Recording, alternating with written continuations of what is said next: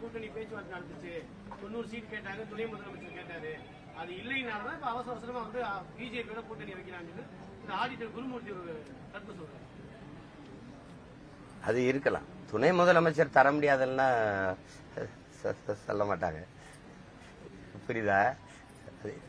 முன்ன தேரி என்கிட்ட பேசப்பட்டதெல்லாம் தான் அங்க பேசி படைச்சப்பட்டிருக்கு. உங்களுக்கு புரியுது நினைக்கிறேன். அது தரமாட்டேன்லாம் சொல்ல மாட்டாங்க. அது ஒத்து வரல, அது பிரிஞ்சிருப்பாங்க. அது போய் பேசிட்டு பிக் பாஸ் மாதிரி புரணி பேசிட்டு இருக்க முடியாது. இது ஒரு பாரு அவ அப்படி பேசிட்டா நம்ம பேசிட்டு இருக்க முடியாது.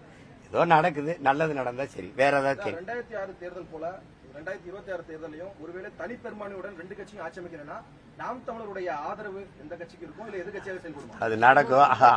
அன்னைக்கு யோசிப்போம். இன்னும் ஒன்னு இப்ப மேல இருக்கமா, அடுத்த மே ஓராண்டு தானே இருக்கு, காத்திருப்போம்.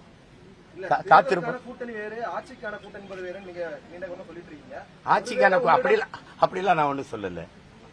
நீங்களா ஒருத்தர் நான் சொன்னதா சொல்லிட்டு சொல்லிருக்காதீங்க.